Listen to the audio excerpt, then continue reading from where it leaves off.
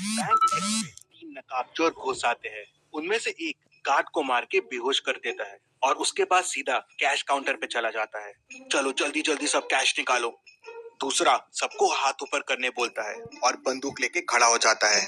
और तीसरा सीधा मैनेजर के केबिन में जाता है। तभी अंदर से दो गोलियां चलने की आवाज आती है। तीसरा चोर बाहर आता है और बाकी चोरों से कहता है, भागो यहाँ से, भागो, मैनेजर मर गया है, भागो यहाँ से। और तीनों चोर वहाँ से भाग जाते हैं।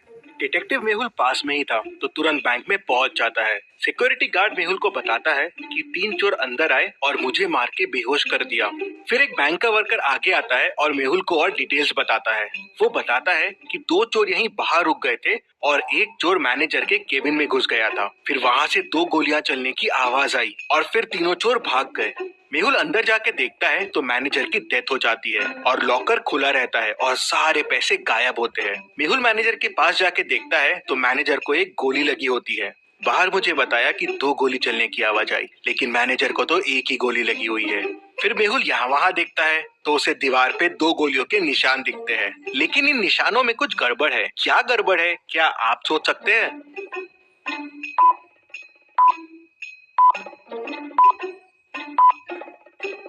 दीवार पे जो गोलियों के निशान हैं, वो अलग अलग साइज के हैं। ऐसा कैसे पॉसिबल है? मतलब हो सकता है अंदर दो लोग हो। मेहुल देखता है कि केबिन में आने के दो रास्ते हैं, तो हो सकता है चोर एक रास्ते से आया हो और वो दूसरा वाला आदमी दूसरे रास्ते से। तभी गार्ड अंदर आता है और मेहुल को तीनों चोरों के बारे में क्लू देता है। क्या आप चोरों को वापस देख के बता सकते हैं क्या क्लू होगा?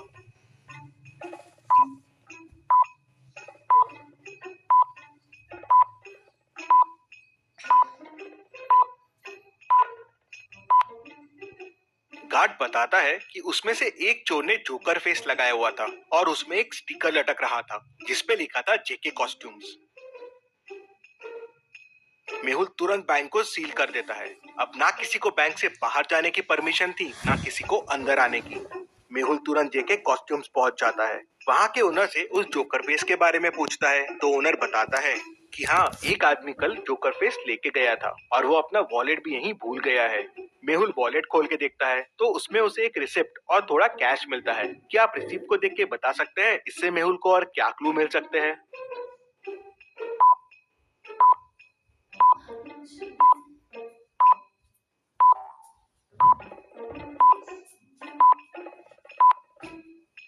रिसिप्ट एक कैफे की है। शायद मेहुल को कैफे से उस आदमी के बारे में और इन्फॉर्मेशन मिल जाए।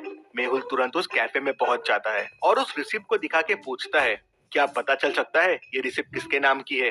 तो ओनर देखते से बोलता है, हाँ, ये तो संदीप सर की है। स्पेशल एक्स्ट्रा शुगर कॉफी वही पीते हैं। वो अभी अभी आए हैं, उस टेबल पे बैठे हुए हैं। तभी संदीप का ध्यान मेहुल पे जाता है। वो देख के डर जाता है और वहाँ से भागने की कोशिश करता है, लेकिन मेहुल उसे पकड़ लेता है। संदीप मेहुल को बताता है कि बैंक लूटने वो तीन लोग गए थे, लेकिन उन्होंने बैंक नहीं लूटा और बिना पैसे लिए ही भाग गए। किसी ने मैनेजर को गोली मार दी थी, इसलिए वो घबरा गए थे। तो मेहुल कहता है, पर तुम में से ही किसी ने मैनेजर को गोली मारी है ना? नहीं नहीं, हमने नहीं मारी है। फिर संदीप बताता है कि अंदर जाके उसने मैनेजर को बंदूक दिखा के डराने की कोशिश की और लॉकर की चाबी मांगी, लेकिन लॉकर तो पहले से खुला था और पैसे भी गायब थे। मैंने मैनेजर से पैसे के बारे में पूछा और डराने के लिए एक गोली दीवार पे चला दी। तभी मुझे एक और गोली की आवाज आई और वो मैनेजर को लगी और वो मर गया। मैं घबरा गया और वहाँ से भाग निकला। मैंने खून नहीं किया है और चोरी भी नहीं की है। इंटरेस्टिंग। मतलब तुम जब अंदर गए तो लॉकर पहले से खुला हुआ था और पैसे गायब थे और मैनेजर भी अंदर था, तो उसने शोर क्यों नहीं मचाया और गार्ड को क्यों नहीं बुलाया? इंटरेस्टिंग।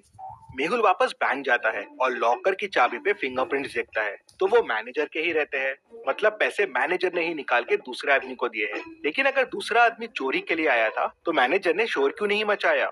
मेहुल पूरी स्टोरी समझ जाता है अंदर क्या हुआ। अभी आप पॉज कीजिए और सोचिए अंदर क्या हुआ होगा।